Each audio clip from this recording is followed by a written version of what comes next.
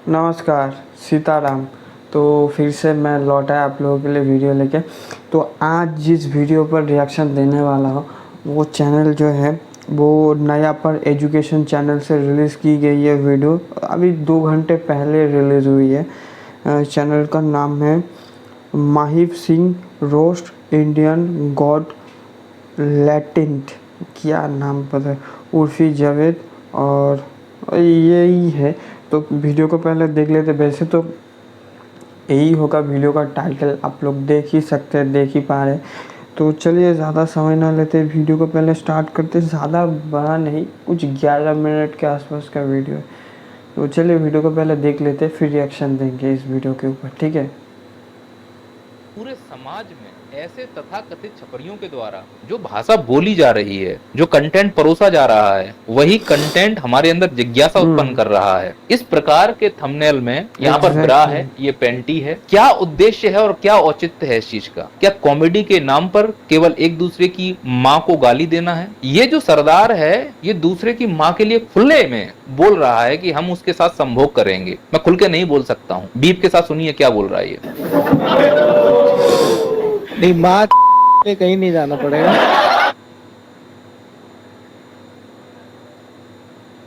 UPSC, IIT, NEET ये भारत के toughest एग्जामों में से एक है, लेकिन इस अमृतकाल में कुछ भी टफ नहीं है। अगर आपको यूपीएससी में सिलेक्शन लेना है, विकलांगता का नकली सर्टिफिकेट बनाइए, यूपीएससी में सिलेक्शन ले लीजिए। नीट के थ्रू आपको डॉक्टर बनना है, पेपर लीक करवा देंगे, 15 से 20 लाख रुपए दीजिए, घर बैठे डॉक्टर बन जाइए। अब तो मुझे विश्वास है कि आईआईटी जैसे एग्जाम भी भारत में फेयर नहीं हो रहे हैं। अगर फेयर हो रहे होते तो अखबार में ये खबर नहीं होती कि आईआईटी बॉम्बे के छात्रों को मिनिमम 4 लाख रुपए का पैकेज मिला। अब इसमें दो ही बातें हैं। आईआईटी जैसे एग्जाम का बंदा अगर साल में 4 लाख रुपए का पैकेज ले रहा है तो प्लेसमेंट करने वाली कंपनी को उस लड़के में कोई स्किल नहीं दिखा। और दूसरी बात ये भी हो सकती है कि हो सकता है ये फर्जी तरीके से इसमें प्रवेश ले लिया हो, उसकी उतनी काबिलियत नहीं है, तो उस काबिलियत के हिसाब से उसको 4 लाख रुपए मिल गए। पर इससे हमें ये सोचना होगा कि आईआईटी जैसे एग्जाम की वैल्यू कितनी कम होती जा रही है। आईआईटी जो बेस्ट ह्यूमन रिसोर्स प्रोड्यूस करता है, उसके हालात आज अमृतकाल में ये हो गए हैं कि पैकेज 4 लाख रुपए का हो गया है, साल का 4 लाख रुपए। और दूसरी कमाल की बात यह है कि एक छपरी जो दूध को ऊपर से उठाकर चाटता नहीं है, वो एक इवेंट के 5 लाख रुपए ले रहा है। अब आप में से कई लोग नाराज हो जाएंगे कि आप इसको छपरी कैसे बोल सकते हैं, क्या इसकी मेहनत को आपको कद्र नहीं है? बस हमें यही समझने की जरूरत है कि हमारी मेहनत किस दिशा में जा रही है, कि हम किस मेहनत को मेहनत माने। अगर हम ऐसे छपरियों की मेहनत को मेहनत मानेंगे तो इनको फॉलो करने वाले जो नए संसाधन है, ह्यूमन रिसोर्स हैं, वो भी इसी प्रकार से बनना चाहेंगे। और सोचो, पूरे भारत में चाय बनाने के लिए ऐसे पन्नी को ऊपर उठाकर और जीभ से चाटते सब लोग घूम रहे हैं, कितने लोग ऐसे फेमस हो जाएंगे। इसमें जो ये काम कर रहा है कोई विशेष टैलेंट नहीं है, पर हम इस टैलेंट को एप्रिसिएट कर रहे हैं। इससे हमारा टैलेंट हमको मालूम चल रहा है कि हम किस लेवल पर हैं और किस कार्य को हम प्रोत्साहित कर रहे हैं। क्या इसके इस प्रकार के कार्य करने से देश विकसित होगा, या फिर वो बच्चे जो आईआईटी में सिलेक्शन लेकर देश को आगे ले जाना चाहते हैं उनके ऊपर काम करने से देश विकसित होगा? हमारी जो शिक्षा प्रणाली है अंदर से जंग खा चुकी है। जिस प्रकार से पेपर लीक हो रहे हैं, समय से एग्जाम नहीं हो पा रहे हैं, तो जो प्रोड्यूस अच्छे रिसोर्सेज होना चाहिए थे वो नहीं हो पा रहे हैं। लोगों का शिक्षा प्रणाली से विश्वास अब खत्म होता जा रहा है और ऐसे छपरियों का जन्म होता जा रहा है। ये एक इवेंट के 5 लाख रुपए लेता है। ये इवेंट करता भी क्या है वो भी आप देखिए।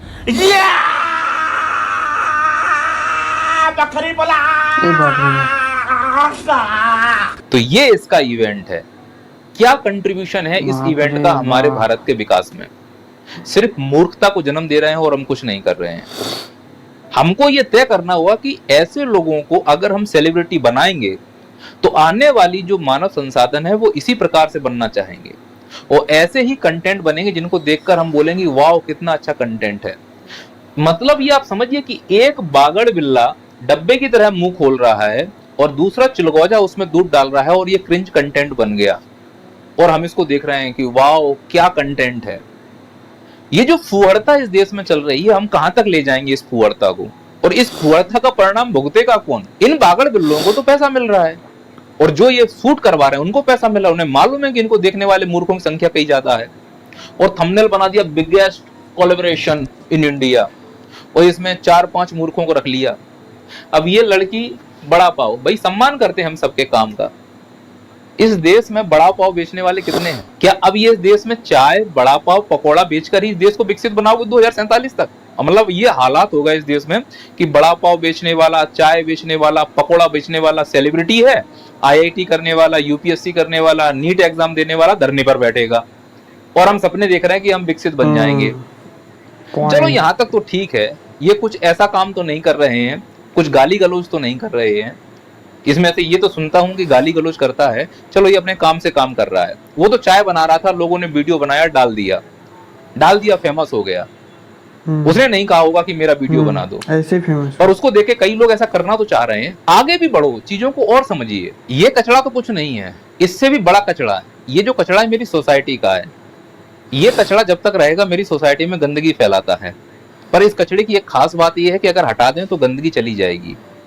हमारी सोसाइटी में कुछ ऐसे कचरे भी हैं जिनको अगर हम हटा भी देंगे अब, तो उनके द्वारा जो गंदगी की फैलाई गई है वो अब कभी साफ नहीं हो सकती। ये है वो कचड़े, और उन कचड़ों में ये उनका सरदार सर पर पगड़ी बांधकर बैठे हुए हैं। पग किस्मत वालों को मिलती है, पर इसे इसका कोई एहसास नहीं है। उम्र में इतना ज्यादा बूढ़े हो चुके हैं, पर एहसास नहीं कि समाज को क्या कंट्रीब्यूशन देना है। आप सुनिए इनकी भाषा क्या है। मैं मुसलमान है तो तुझे क्या लगता है मैं धर्म देख के आप समझ रहे हो, कॉमेडी शो के नाम पर हमारे समाज में जो खुलेआम परोसा जा रहा है, क्या इस पर सेंसर नहीं होना चाहिए? ये कौन देख रहा है? इस प्रकार की भाषा किसको सिखाई जा रही है? हमारे आने वाले बच्चों को। उसमें ये कहता है कि मैं इसीलिए इस प्रकार की भाषा का प्रयोग करता हूं, मुझे समाज की इसीलिए अब चिंता नहीं है क्योंकि जब मैं बीमार था तो समाज मुझे देखने नहीं आया था। सुनिए क्या है इनका स्टेटमेंट। 2 बार कोविड हुआ मुझे, मैं ऑलमोस्ट मर गया था, और मैं अकेला अपने घर में अपने बेड पे पड़ा हुआ था, और तब तो कोई नहीं आया कि तू भाई सरदार है, तेरे को बचा लेते हैं, तूने सिर पे पगड़ी बांधी है, तेरे को बचा लेते हैं, तेरी दाढ़ी सफेद है, तेरे को बचा लेते हैं। तब तो कोई नहीं आया मेरे पास, इंसानियत के नाम पे भी नहीं आया। मैं सम्मान करता हूं आपके इस स्टेटमेंट का, लेकिन आपको यह भी सोचना चाहिए कि जब आप मर रहे थे तो आपको कोई नहीं देखने आया, और मरते हुए अगर किसी ने बचाया है तो कोई तो बचाने आया होगा, वो भी तो समाज का हिस्सा था। तो तुम पूरे समाज को गलत कैसे बोल सकते हो?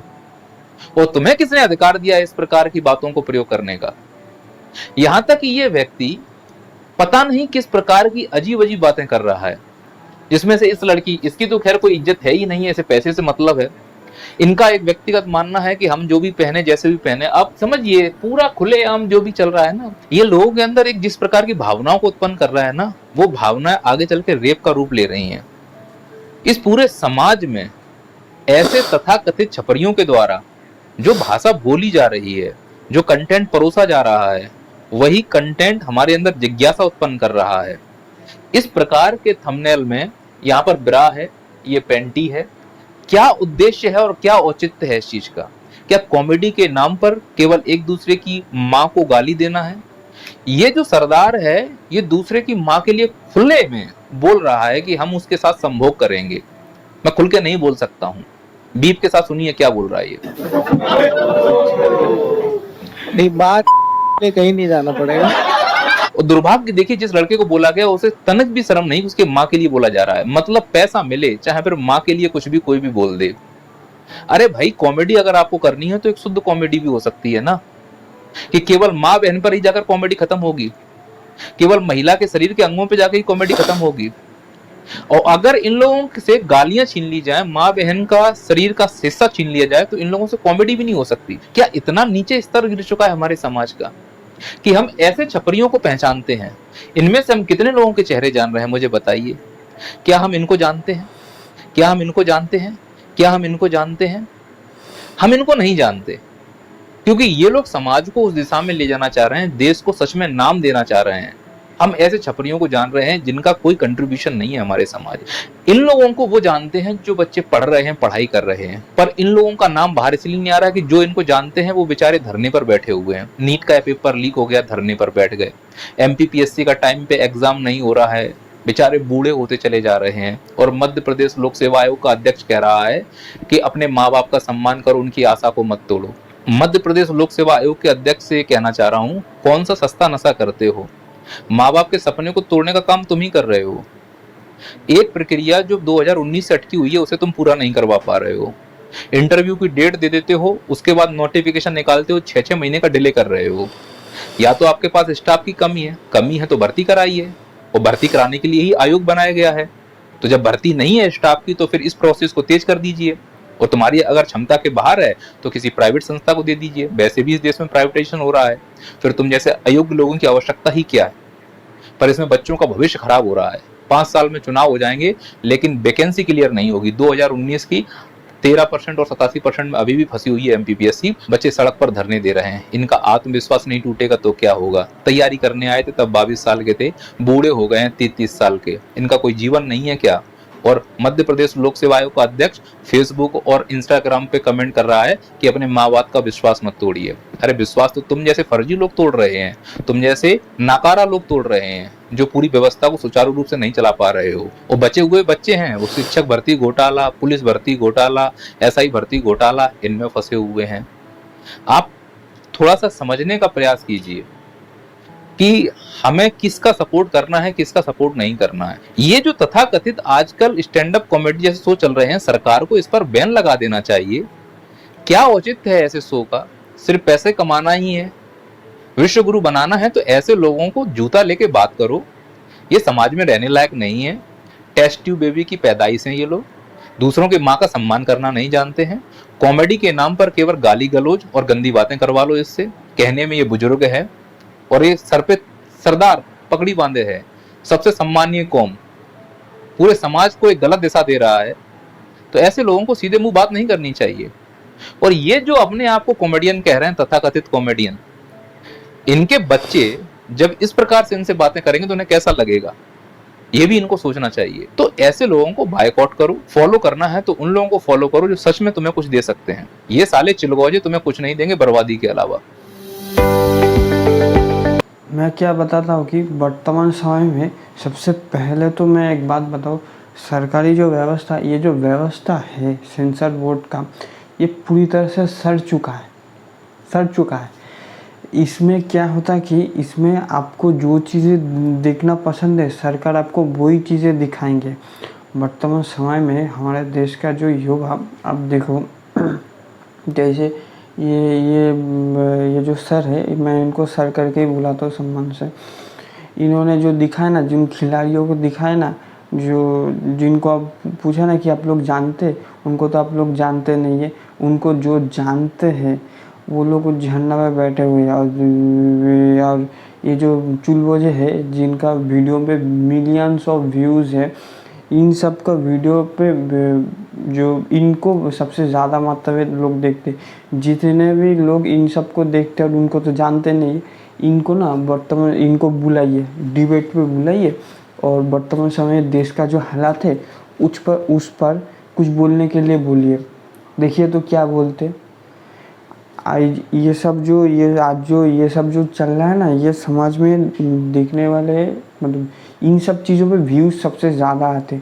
तो वर्तमान समय में आप समझ पाएंगे कि देश का जो यूथ है, यंग जनरेशन है, इन सब का ना विवेक पूरा शून्य हो चुका है। हाँ, बुद्धि तो है, विवेक पूरा सड़ चुका है।